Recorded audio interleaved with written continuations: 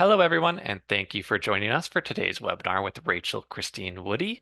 My name is Bradley, and I will be your moderator for this webinar titled How to Incorporate Interns in Museum CMS Projects. Before we start, I would like to provide some information about our company and introduce today's presenter. Lucidea is a software developing company specialized in museum and archival collections management solutions, as well as knowledge management and library automation systems. Our brands include Sydney, Presto, Argus, Archivera, Eloquent, and Quadristar. Now, I would like to introduce today's presenter, Rachael Cristine Woody. Rachael is the owner of Relicura and provides services to museums, libraries, and archives. She specializes in museum collections management systems, digitization technology, digital project management, and digital usership. During the course of her career, she has successfully launched multiple digital projects that include advanced digitization technology, collaborative portals, and the migration of collection information into collections management systems.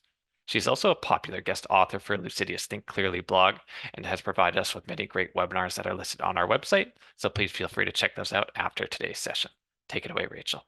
Great. Thank you so much, Bradley, for the introduction. Thank you to Lucidea for hosting us today, and of course, for you all for joining.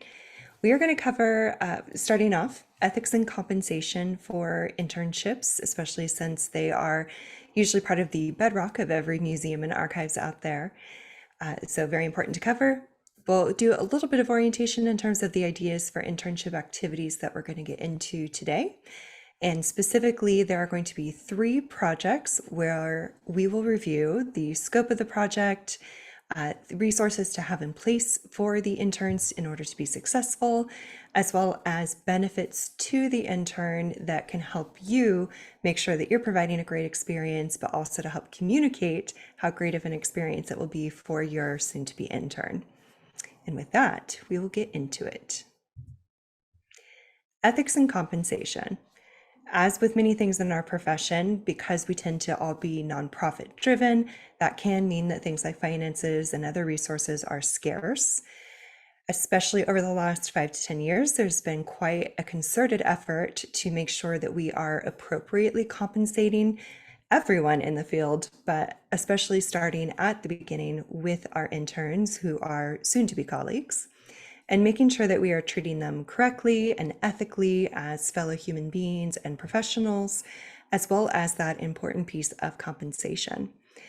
Now, I realize for a lot of museums with resources, it can be difficult to offer paid internships, but I do encourage you to start moving toward that direction in figuring out how you may offer those compensated activities. And that can include things like grants as well as other fundraising efforts.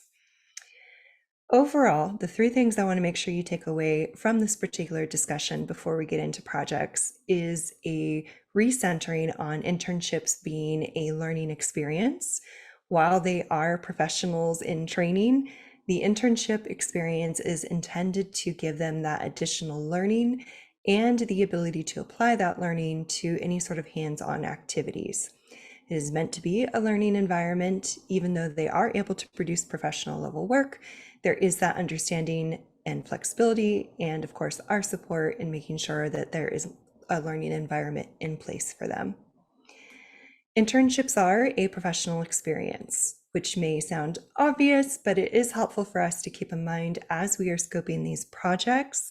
An internship professional experience is different from a volunteer experience and different again from a more perhaps younger class or younger educational level of internship or job shadowing. As they are typically in graduate school and soon to be one of our peers in this field, it's important for us to see and perceive them as those soon to be colleagues, which is our next point. The professional experiences they gain are because they are soon to be colleagues and will be joining our field very shortly. Now, for that compensation piece and continuing the ethics, it's important to think about as people creating the internships, but also when we're speaking about them with our directors, board members, etc., that internships are paid. Even if we're a museum currently not paying, we are hopefully moving towards the concept of internships being paid. Overall, internships are meaningful, so making sure that whichever internship scope or of experience or scope of work for a project has meaningful components to it for that intern. That the internship includes training. Again, it's a learning environment. The interns will come with some knowledge, but not all the knowledge they may need for your particular project. And that is your responsibility to help bridge that gap with training. And of course, that internships should include should include supervision. And that is because they're not quite professionals yet. They are still learning, and it is important for us as supervisors to make sure we're checking in with them frequently, that we're supervising the work that we're doing, that they are doing on the project, and that we are making those tweaks and adjustments with them as the project progresses. That way, there are no surprises or mistakes or heavy cleanup that needs to happen afterwards. Nobody wants that to happen, not the intern and not yourself. So very important to be a frequent person to check in with, to review some of the work, and to overall be available and offering that supervision. Getting into the ideas portion, so obviously with internships, they can come in any sort of size and flavor for your museum and the collections, and ultimately depends on where you are in the department, the work you do for the collection, etc. Given our focus of today and of our recent mini-series, we are focusing on data capture, data creation, and then that data cleanup and refinement piece. So very data heavy. This could be inside the collections management system or with data that's currently outside the collections management system but needs to go in. Regardless, though, it is a focus on data and is one of the more unusual internship offerings in terms of availability because it does take a higher knowledge level typically. For the interns you may be looking for, you'll want interns that have had perhaps some past experience with data, or at least is familiar enough with the data creation concept that they can engage in this project meaningfully.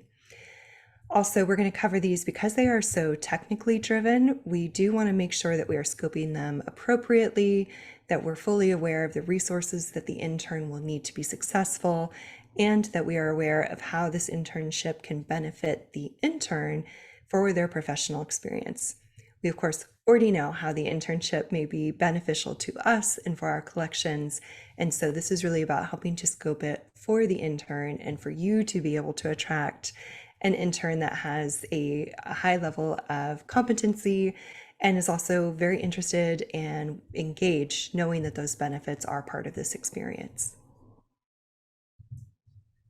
So the first project idea is data capture. And so that we're all on the same page, I wanted to find the data capture piece real quick for us.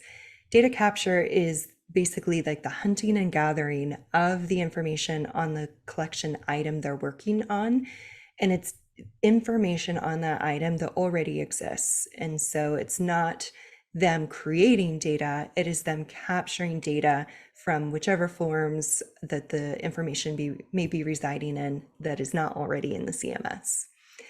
And their job in this case with that data capturing is to gather it and then place that information within some sort of container, whether that is directly into the collections management system or if that is in a spreadsheet that serves as an interim place to gather data before putting it into the CMS. Here are some examples of where data capture may be possible and where that information may be living. So as you're constructing this project scope, I encourage you to think about acquisition materials. That's usually the first step for me in terms of learning more about an object or a particular collection. Hopefully there's some great paperwork in there besides the invoice that helps indicate to you provenance, additional details on the object, perhaps prior conservation or assessment treating, anything that can help with both describing the object as well as knowing its particular health and prior stewardship.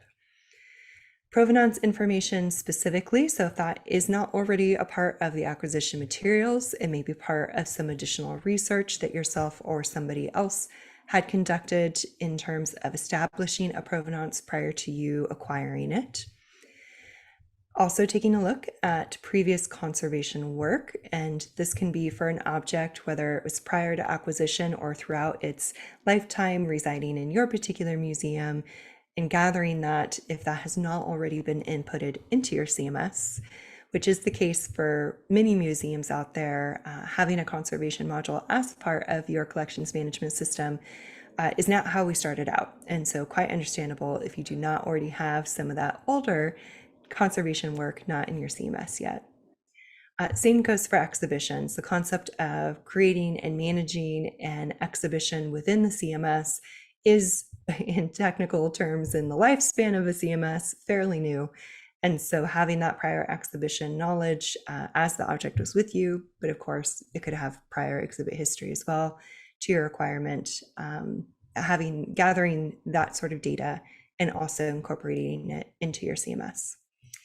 And then finally, the archives that are connected with the related works. This could be the archive or papers of the particular artist or creator. It could be the archaeologist or professor or researcher who may have archival materials where they worked or assessed or found the particular items that you are working on. And so if there's archives related or connected to the work in your museum or in a peer museum, those can of course also provide quite a bit of great contextual material for your particular items. In terms of a sample scope, so this can be tough for us if we are not used to creating these types of scopes because it is highly technical work. And so as we're thinking about this, we want to make sure we try and quantify to the best of our abilities what we want the intern to be able to produce and what those quantities are for each of those outputs. So an example scope, and for context, we're thinking of an internship that is the usual 3 months, of course, and not necessarily full-time. And so we do need to think about how many number of hours and how many days we have the intern as we're doing this math.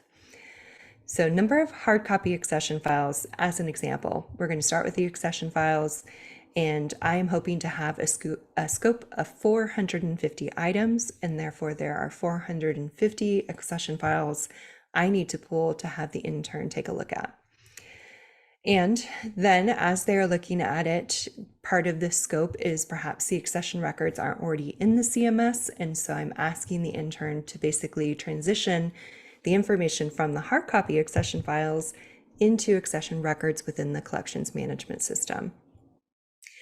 Number of work days over the course of the internship for this particular scope, we're going to say 60 work days, and we're assuming an 8-hour work day for this particular intern. And so as we think about that and the number of accession files and accession records, I suggest a number of accession files to review and then create that record be 8, or essentially 1 item and accession record per hour. This may seem like an extreme amount of time to allow an intern to take a look at the file and create the record, or perhaps it doesn't seem like enough time. For those who think it's an extreme amount of time, we do need to keep in mind that the intern is learning. It may take them longer to review and absorb the information, as well as take them longer to create that accession record. For those who think that it is perhaps not enough time, that is, of course, something to be aware of and perhaps recalibrate if you find that they are taking longer than your initial predetermined ratio. However, also keep in mind that as the intern works through the project, they will gain some efficiency in their work. And so you will find that over that period of time, there will be a bit of an improvement in terms of how much they are able to get done within the current workday. But for a rough average for that amount of days, looking at those records, this is a somewhat good size scope for a typical 3-month internship.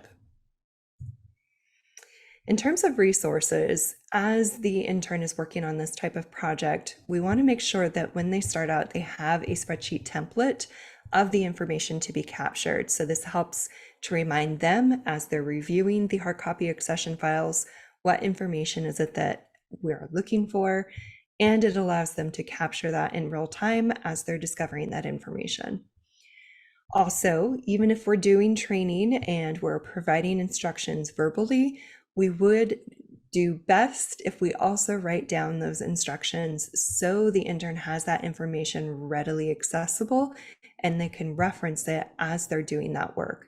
This helps the intern gain confidence knowing that they're on the right track, and it also helps to minimize the amount of potential cleanup or mistakes that you need to catch and then work with the intern to rectify. And then finally, a list of places to check for item information. For our particular example project, we are focused on accession files, but for your particular project, wherever there is that information you are hoping that they capture, you are the one that needs to be able to predetermine that ahead of time in terms of where they should look. So having a list of places for them where you know that they will find information will be very helpful and make sure the intern's on the right track and also help them on the efficiency of time. In terms of benefits for the intern, so this is good for us to think about when we're creating a meaningful internship experience. It is also helpful to articulate because it will help attract interns because they can see and easily read the benefits they will gain if they have an internship experience with you. This helps to attract a higher caliber intern who is super excited about doing that specific type of work for you. So there are many good motivating reasons as to why to spend a few minutes making sure that we're carving out what the benefits are for the intern. So for data capture in particular, benefits could be experience working with acquisition and provenance information. That is not necessarily something they get exposed to in grad school and with other previous internship experiences. This tends to be, while a niche area, a critically important area. Especially the more we work with collections, the more we need to make sure we're understanding the acquisition and provenance of them. Another benefit is that it provides an authentic cataloging experience. Now, they will be exposed to the concept of collections management systems and even cataloging best practice while they are in graduate school. However, if you're working with somebody from an undergraduate program, or if even if you have someone who has been exposed to best practice, they may not have always had that experience within the CMS. So having that real world experience will be helpful for the intern as they move towards the job hunt for their starting of their career. And then finally, another benefit is that it introduces interns to the accession process. So one of the benefits was just exposing them to working with that type of information, but it also helps them gain, in our example project at least, the concept of the acquisition process and workflow that one would do as they're doing the intake of items into the collection. This is, again, something they may have covered as a concept in graduate school, but not something they have done in practice yet. All right, project number 2, data creation. And just so we're all on the same page, we just covered data capture, which was information that already existed that the intern will gather. They might remix, but they're not creating it. They are not the original authors. In this particular project idea, we are now moving to the intern being the data creator.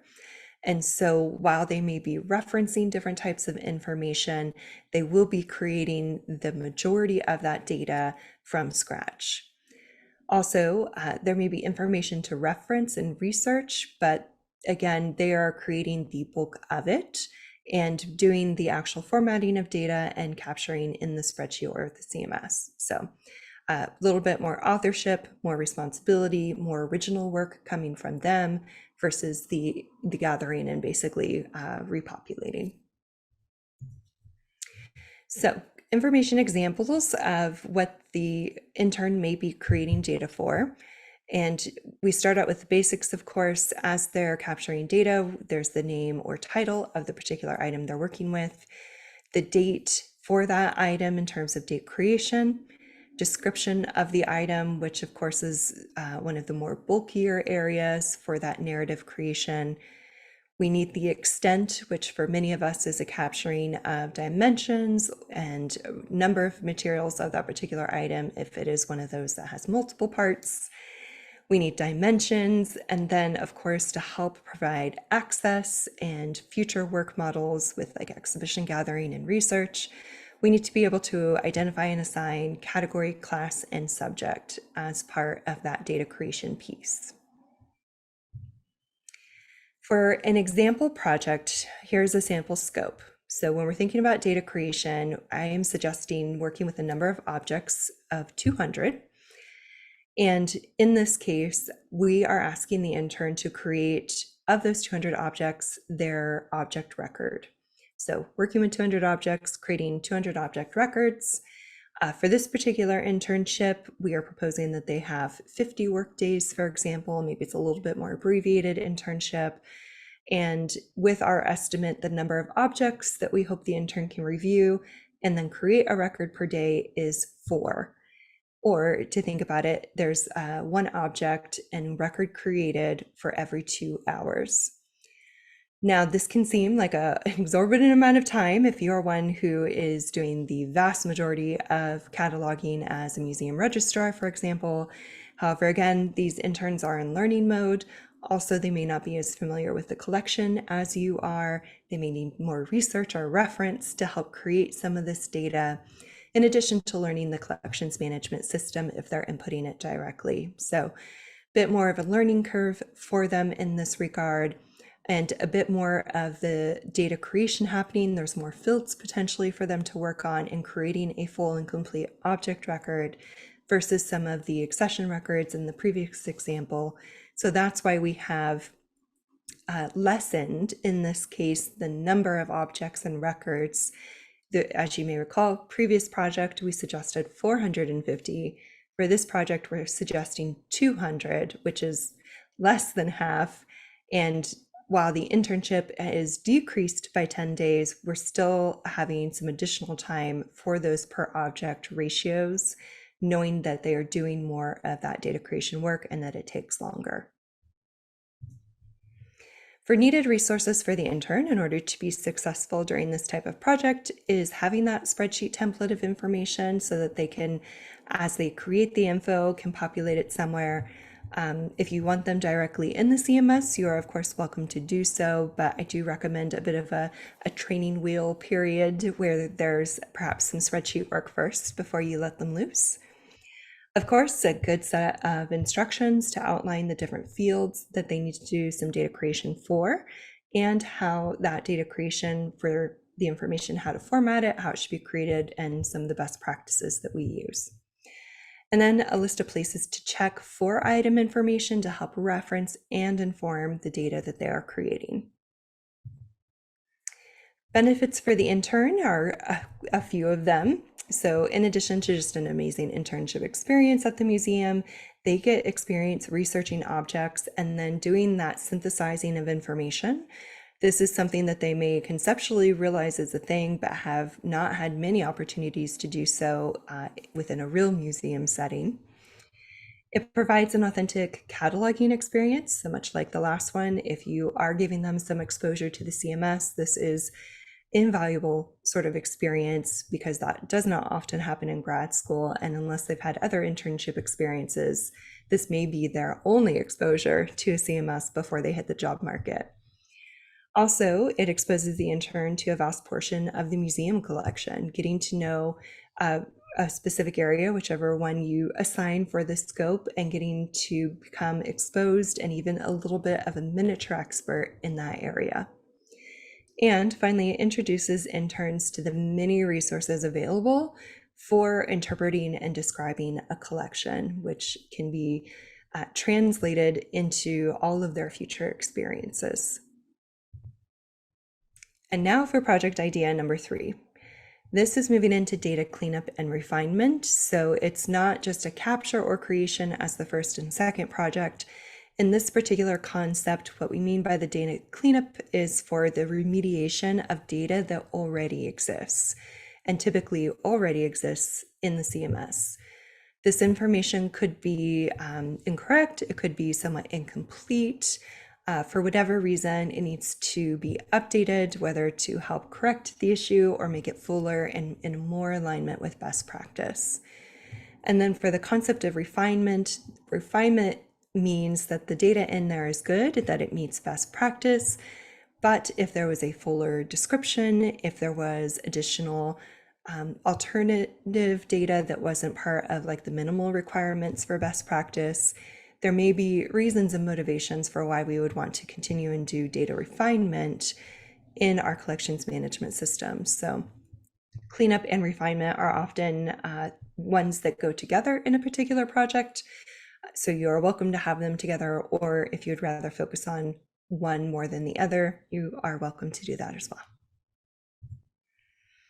In terms of information examples for this one, because the cleanup and refinement can be focused on any area of the data for that particular item and in the collections management system, it really is project dependent. But any area where you have data that needs cleanup, that is an area that you will most likely look at and want the internship to focus on. For an example project, we have the sample scope. I have indicated a number of items to be included in this particular project for more advanced research and new data to review. And so I am suggesting 100 objects. Of those 100 objects, there will therefore be the item records that already exist, needing to perform some cleanup or refinement on those records in the CMS. The number of work days for this particular internship, we're assuming a 60-day internship experience. And I'm suggesting the ratio is number of items to review and do that cleanup is about 1.5 per day. So you'll notice our ratio has gone way down in terms of the number of objects and object records completed. And that is because the data cleanup and refinement process is one that takes even longer in terms of identifying data to clean up, determining how that cleanup should take place. And in many cases, especially if it's data refinement, there's some additional research or reference that needs to take place before that refinement piece can happen. So there's a lot of deeper dives essentially that need to happen for this particular project, which is why the numbers are much lower than the first project we started out with. So just keep in mind the number of fields of data the internship may be working with, and of course the number of items they may be working with, and then that final piece, the level of work they are doing in terms of depth of research, amount of creation. All of those will be factors in terms of scoping out how much can be achievable and ultimately how long it takes to perform those activities per workday. Needed resources. A guide, first and foremost, to help them review, to perform the new research, and to give them indication of elements to pay attention to and examples for how that can be applied. This is definitely one of the more advanced project ideas because they're not just capturing existing info, they're not just creating some basic data like extent or dates or measurements. They are actually doing deeper dives and more advanced data creation in this particular project. So they will need more advanced and specific guidance in those areas. I recommend a spreadsheet template, though of course you're welcome to have them dive right into the collections management system if you've set them up for success in that way.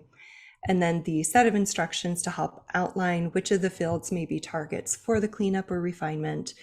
And then making sure you're doing reviews quite periodically, both with the intern and having the intern perform their own reviews of data, just to make sure that the data they're capturing and enhancing is in line with what your vision was. Benefits for the intern. So this particular project, given its advanced state, is an opportunity for the intern to build on the basics of collection cataloging, and it introduces them to some expert level materials to work with. So whether that is research materials or the advanced materials working with the CMS, both will be tremendously helpful.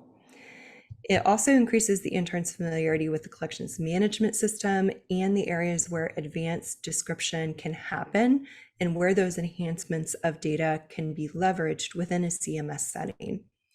And then finally, it provides experience for the intern to help synthesize complex materials, apply some critical thinking to that data, and have them practice the transformation of that data into something that's meaningful for the item record. So there's a tremendous amount of thinking and working through and assessment, analysis, as well as the actual construction of that data. So it's a great advanced project for a graduate student who's perhaps almost done or just finished their particular program, and that has perhaps had some previous experience with data creation and CMS work. All right. I realize that was quite a bit of information, especially as we focused on some more advanced project ideas for interns. However, we've got some great resources for you from the Lucidea Think Clearly blog. This particular list, the theme of these posts will help you think through creating paid and ethical internships. Some of them talk about how the internship experience is moving towards better ethics and compensation. Some help you think through how to ethically construct an internship experience and one that is meaningful. And then there are a few posts that actually talk through the funding logistics of how you can advocate for and plan for having compensated paid internship experiences in order to move towards that ethical and paid vision that we have. This particular flavor of Lucidea blog posts will help you think through building projects and also training for your interns. This is an important aspect to focus on, especially if you're doing some of these more advanced projects with them. And the nice thing is when you're creating these sort of project and training materials, they are ones that you can use again or transform for different projects once you've created them. So it may take a little bit of time and capacity to do them to begin with, but once you have them, they will be great resources for you repeatedly as you work with interns. And then finally, the concept of data creation and cleanup is a big one that we've focused on over this last year. There's tons of great posts, but I've pulled perhaps the most important ones for you in this regard, and that's help with the articulation of CMS fields and function. For the cleanup, we have some posts on data messes to look for. So blog posts that will help pinpoint you to some of the very specific areas where you'll need to do some gathering and you'll need to do some thinking in terms of how you're going to scope that data creation or data cleanup project. So we covered quite a bit, but we started out and covered ethics and compensation because of course that is the foundational and first level to think about when we are creating internships. We overviewed the ideas for internship activities, especially as we focus on data itself for our museum collections. And then we went into project ideas 1, 2, and 3, where we focus each on data capture, creation, and then that cleanup and refinement piece. And for each of those, articulating what the possible scope could be, where information resides that the intern could pull, what sort of resources the intern needs in order to be successful in this particular internship experience.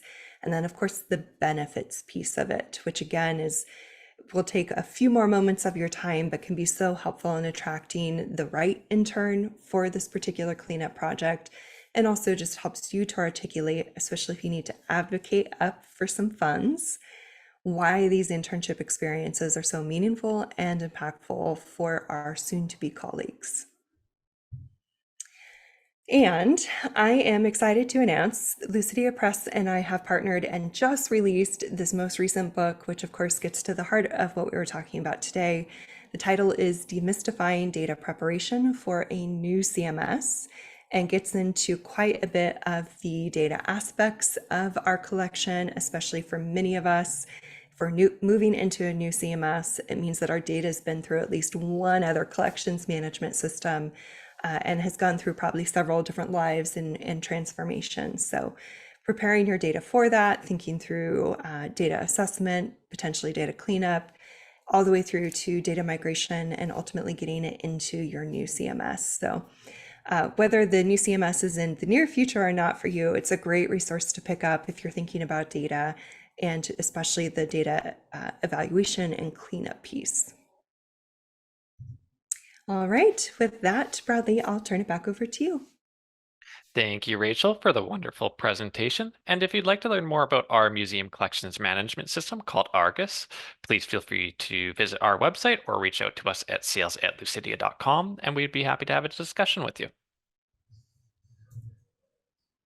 If you have any more questions on any of our software or our company, our contact details are listed on the screen. And please stay tuned for more webinars and content related to this series. On behalf of the Lucidea team, I thank you all for attending today, and until next time, thanks.